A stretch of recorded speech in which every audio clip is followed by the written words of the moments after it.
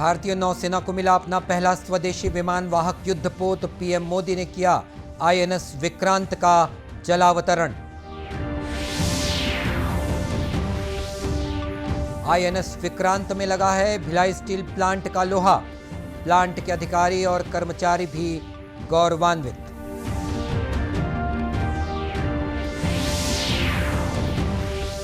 मुख्यमंत्री ने fly ash से हो रहे प्रदूषण पर दिखाई सख्ती। अधिकारियों को नियंत्रण के दिए निर्देश।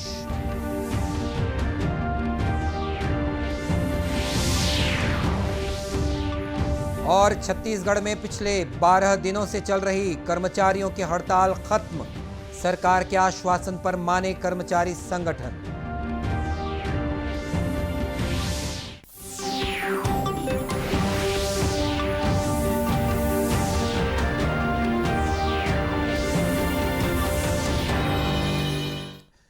नमस्कार, आप देख रहे हैं दूरदर्शन समाचार। मैं हूं मनीष अहलुवालिया और अब समाचार विस्तार से। प्रधानमंत्री नरेंद्र मोदी ने आज बेंगलुरु में 3,800 करोड़ रुपए की लागत की विभिन्न परियोजनाओं का उद्घाटन किया और आधारशिला भी रखी। कुल्लूर गोल्डफिंच सिटी ग्राउंड में एक जनसभा को संबोधित करते हुए प्रधानमंत्री मोदी ने कहा कि ये परियोजनाएं व्यापार और वाणिज्य को और सुगम बनाएंगी। व्यापार, कारोबार को, उद्योग को और ताकत मिलेगी। ईज ऑफ डूइंग बिजनेस को बल मिलेगा। विशेष रूप से वन डिस्ट्रिक्ट वन प्रोडक्ट के तहत विकसित किए जा रहे कर्नाटका के किसानों और मछुआरों के उत्पादों को अंतर्राष्ट्रीय बाजारों तक पहुंचाना और आसान होगा।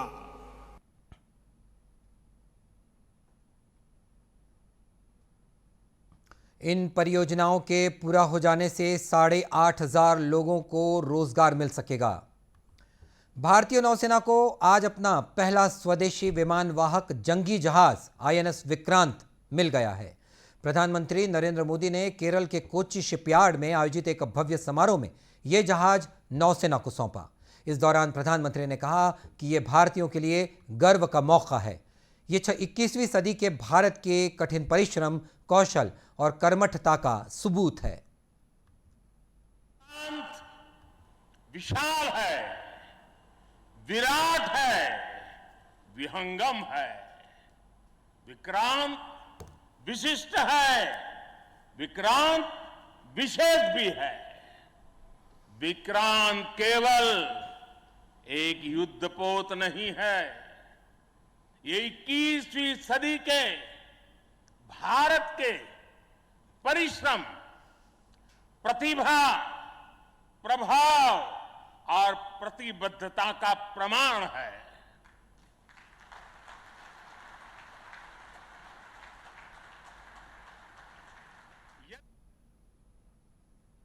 इस दौरान नौसेना को नया ध्वज भी सौंपा गया। प्रधानमंत्री ने कहा, अब तक नौसेना के ध्वज पर गुलामी की पहचान बनी हुई थी और अब छत्रपति शिवाजी महाराज से प्रेरित ध्वज नौसेना की पहचान बनेगा। आजादी के अमृत महोत्सव का अतुलनीय अमृत है विक्रांत। आत्मनिर्भर होते भारत का अद्वितीय प्रतिबिंब है विक्रांत। ये हर भारतीय के लिए गर्व और गौरव का अनमोल अवसर है।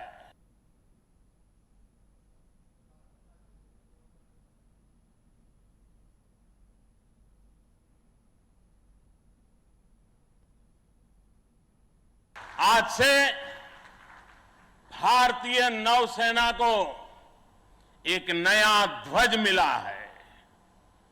अब तक भारतीय नौसेना के ध्वज पर गुलामी की पहचान बनी हुई थी, लेकिन अब आज से छत्रपति शिवाजी महाराज से प्रेरित नौसेना का नया ध्वज समंदर और आसमान में लहराएगा।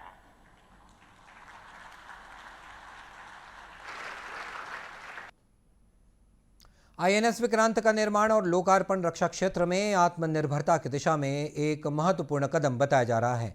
इसके साथ ही भारत विमान वाहक पोत डिजाइन और निर्माण करने की क्षमता वाले गिने चुने राष्ट्रों में शामिल हो गया है। देश के पहले स्वदेशी विमान वाहक युद्धपोत आईएनएस विक्रांत के निर्माण में छत्तीसगढ़ के भिलाई स्टील प्लांट की भी महत्वपूर्ण भूमिका है। आईएनएस विक्रांत का ढांचा यहीं बने स्टील से बनाया गया है। इस स्वदेशी युद्धपोत के लिए भारतीय इस्पात प्राधिकरण ने 30,000 टन स्टील भेजा था, जिसमें 17,000 ton steel Bhilai steel plant में ही बनाया गया है। भिलाई स्टील प्लांट के डायरेक्टर इंचार्ज अनिर्बान दासगुप्ता ने बताया कि युद्धपोत के लिए भेजा गया स्टील बहुत कम तापमान में भी सटीक काम करता है। स्टील भी भारतीय है और इसमें DMR 249 ग्रेड जो यूज़ किया गया, DMR 249A, DMR 249B, DMR 249ABA और DMR 249Z, ये सारे जो स्टील के प्लेट हैं ये हमारे Steel Authority of India Limited में बना है। इसमें करीब 30,000 ton steel Steel Authority of India Limited ने सप्लाई किया है, जिसमें करीब 17,000 टन भिलाई स्टील प्लांट ने किया है। और इस स्टील की जो खासियत है इसमें यह है कि इसका जो ठंड में और या लो टेम्परेचर में इसका जो इम्पैक्ट है प्रॉपर्टी काफ़ी अच्छी रहती है, ताकि ये बर्फ़ में भी जाए तो इसमें कोई क्षति ना है। शायद आप लोगों को पता होगा, इसके बारे में थोड़ा सा मैं बता दूं। आप लोगों ने टाइटैनिक जो जहाज़ बना था 1912 में जो चला था और जो कि डूब गया था, इसी कारण से शायद डूबा था कि वो एक बर्फ़ के आइसबर्ग से वो टकराया, बहुत तापमान बहुत कम था, उसमें वो स्टील कांच की तरह टूट गया और उसी में वो पानी घुस गया और पूरा जहाज़ डूब गया।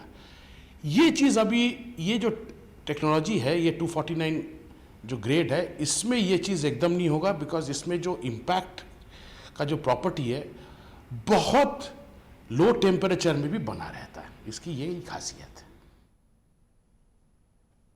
आपको बता दें कि नौसेना के शिपयार्ड में बनने वाले युद्धपोतों के लिए भिलाई स्टील प्लांट से विशेष प्लेटों की सप्लाई की जाती है, लेकिन इससे पहले इन प्लेटों को रूस से मंगाया जाता था। अब मेक इन इंडिया प्रोजेक्ट के तहत भारत में ही इसका निर्माण हो रहा है। मुख्यमंत्री भूपेश बघेल ने आज रायगढ़ में विभिन्न सरकारी योजनाओं की समीक्षा की। मुख्यमंत्री ने जगह जगह फ्लाई ऐश डंप किए जाने के रवैये को गंभीरता से लिया। श्री बघेल ने अधिकारियों से कहा कि वे सुनिश्चित करें कि फ्लाई ऐश निजी और सरकारी जमीनों के अलावा नदियों में डंप न की जाए। इसके बारे में कल यही जब समाज के लोगों से मुलाकात हो रही थी, कहीं भी वो डंप कर रहे हैं तो फ्लाई ऐश के लिए, चूँकि अब पावर प्लांट है तो उसके फ्लाई ऐश के निस्तारण के लिए यहाँ कार्य योजना बनना चाहिए, ताकि निजी भूमि में या शासकीय भूमि में कहीं भी डंप न करें, नदियों में न डालें। नदी को भी सुरक्षित रखना है। जहाँ सारी जगह हम लोग STF बना रहे हैं, वहाँ यदि फ्लाई ऐश डाल के नदी को प्रदूषित करेंगे तो उचित बात नहीं है। तो उसके निस्तारण की व्यवस्था ठीक ठाक ढंग से होना चाहिए। इससे पहले मुख्यमंत्री कल दोपहर रायगढ़ विधानसभा क्षेत्र में पहुंचे थे। यहां उन्होंने नवापारा और लोइंग गांव में चौपाल लगाकर लोगों से बातचीत की। इस दौरान उन्होंने विभिन्न सरकारी कार्यक्रमों का निरीक्षण भी किया। मुख्यमंत्री ने शाम को रायगढ़ में एक रोड शो किया। शहर के हेमू कलानी चौक से मुख्यमंत्री एक बड़े काफिले के साथ चक्रधर नगर चौक तक पहुंचे। छत्तीसगढ़ में पिछले 12 दिनों से चल रही कर्मचारियों की हड़ताल अब खत्म हो गई है। छत्तीसगढ़ कर्मचारी अधिकारी फेडरेशन की कोर कमेटी ने कृषि मंत्री रविंद्र चौबे से मुलाकात के बाद आज इसकी घोषणा कर दी। फेडरेशन की ओर से यह कहा गया है कि सरकार ने महंगाई भत्ते का एरियर GPF खाते में डालने का आश्वासन दिया है। महंगाई भत्ते की शेष राशि दीपावली तक दे दी जाएगी। वहीं गृह भाड़ा भत्ते के लिए सचिवों की समिति बनाने की बात भी कही गई है। कर्मचारी संगठन महंगाई भत्ते में 12% की वृद्धि और 7वें वेतन आयोग की सिफारिशों के मुताबिक गृह भाड़ा भत्ता देने की मांग पर 22 अगस्त से हड़ताल पर चले गए थे। इसकी वजह से प्रदेश भर में शिक्षा, स्वास्थ्य, राजस्व और दूसरे प्रशासनिक काम बुरी तरह से प्रभावित हुए। सरकार ने भी कर्मचारियों को काम पर लौटाने की चेतावनी दी थी। भारतीय जनता पार्टी विधायक दल के नेता नारायण चंदेल कोरबा पहुंचे। यहां बीजेपी के पदाधिकारियों और कार्यकर्ताओं ने उनका स्वागत किया। मीडिया से चर्चा के दौरान श्री चंदेल ने बताया कि पार्टी हाईकमान ने प्रदेश अध्यक्ष और नेता प्रतिपक्ष की जिम्मेदारी बिल्कुल ही साधारण कार्यकर्ताओं को सौंपी है। एकदम से साधारण दोनों कार्यकर्ताओं को जिम्मेदारी दी है। माननीय अरुण जी हमारे प्रदेश के अध्यक्ष हैं और मुझे नेता प्रतिपक्ष की जिम्मेदारी पार्टी हाईकमान ने दी है और हम आप सभी को विश्वास दिलाते हैं, हमारे पार्टी के शीर्ष नेताओं को भरोसा दिलाते हैं कि हम सब लोग पूरी टीम वर्क के साथ में काम करेंगे और जैसा माननीय मोदी जी ने कहा है कि सबका साथ, सबका विकास, सबका प्रयास और सबका विश्वास, इस ध्येय को लेकर के हम काम करेंगे। छत्तीसगढ़ में भाजपा ने पिछले महीने ही प्रदेश अध्यक्ष और नेता प्रतिपक्ष को बदल दिया था। नई जिम्मेदारी मिलने के बाद प्रदेश अध्यक्ष अरुण साव और नेता प्रतिपक्ष नारायण चंदेल अब जिलों का दौरा कर रहे हैं। छत्तीसगढ़ में कल कोरोना संक्रमित 2 मरीजों की इलाज के दौरान मृत्यु हो गई। ये दोनों दुर्ग और राजनांदगांव जिलों के निवासी थे। स्वास्थ्य विभाग के मुताबिक दोनों मरीजों को कोरोना के साथ दूसरी गंभीर बीमारियां भी थी। इस बीच 120 नए लोगों में कोरोना संक्रमण की पुष्टि हुई है। सबसे अधिक 21 मरीज सरगुजा जिले में ही मिले हैं। रायपुर में 19 और दुर्ग के 13 लोगों में संक्रमण पाया गया। प्रदेश भर में 160 लोगों को इलाज के बाद छुट्टी दी गई है, तो वहीं 833 मरीजों का इलाज अभी भी जारी है। इस बीच कोरोना की रोकथाम के लिए टीकाकरण भी जारी है। देश भर में अब तक 212 करोड़ 75 लाख से अधिक कोरोना रोधी टीके लगाए जा चुके हैं। कोरिया जिले के बैकुंठपुर स्थित जवाहर नवोदय विद्यालय में 2 दिवसीय संकुल स्तरीय हैंडबॉल सीनियर और जूनियर प्रतियोगिता का आयोजन किया गया। कोरबा, सूरजपुर, बिलासपुर, महासमुंद और कोरिया जवाहर नवोदय विद्यालय के सीनियर और जूनियर छात्र छात्राओं ने इसमें भाग लिया। संसदीय सचिव अंबिका सिंहदेव ने दीप प्रज्वलित कर इस प्रतियोगिता का शुभारंभ किया। उन्होंने कहा कि बच्चों के विकास के लिए सभी शिक्षक अपनी अपनी भूमिका निभा रहे हैं। क्लस्टर स्तरीय हैंडबॉल प्रतियोगिता हो रही है। ये मेरा सौभाग्य है कि आज मैं यहाँ सबके बीच में आ सकी। यहाँ देखकर यही समझ में आ रहा है कि यहाँ पर बच्चों की एक होलिस्टिक डेवलपमेंट हो रही है और सारे टीचर्स अपनी तरफ से बच्चों को के डेवलपमेंट में अपना अपना रोल प्ले कर रहे हैं। प्रतियोगिता का उद्घाटन मैच कोरिया और कोरबा के बीच खेला गया। रोमांचक मुकाबले में कोरिया की टीम ने कोरबा को हरा दिया। डिफेंस यहाँ पे और ये फिर अटैक यहाँ पे हो रहा है, क्या हेमंत इसको रोक पाएंगे? और एक और शानदार गोल कैप्टन के द्वारा।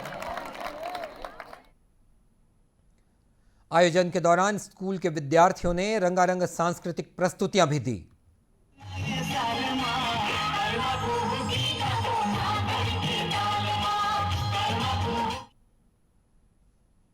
विद्यालय के प्राचार्य नागेश कुमार मिश्रा ने बताया कि यहां के लगभग 160 विद्यार्थी भोपाल, ओडिशा और प्रदेश के दूसरे जिलों में अलग अलग खेल प्रतियोगिताओं में शामिल होने के लिए गए हैं।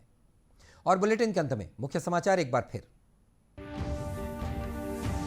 भारतीय नौसेना को मिला अपना पहला स्वदेशी विमान वाहक युद्धपोत। पीएम मोदी ने किया आईएनएस विक्रांत का जलावतरण। आईएनएस विक्रांत में लगा है भिलाई स्टील प्लांट का लोहा। प्लांट के अधिकारी और कर्मचारी भी गौरवान्वित।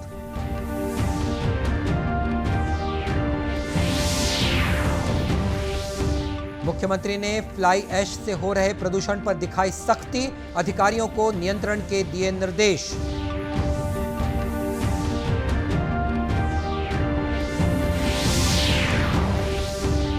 और छत्तीसगढ़ में पिछले 12 दिनों से चल रही कर्मचारियों की हड़ताल खत्म। सरकार के आश्वासन पर माने कर्मचारी संगठन। और इसी के साथ यह समाचार बुलेटिन समाप्त हुआ। नमस्कार।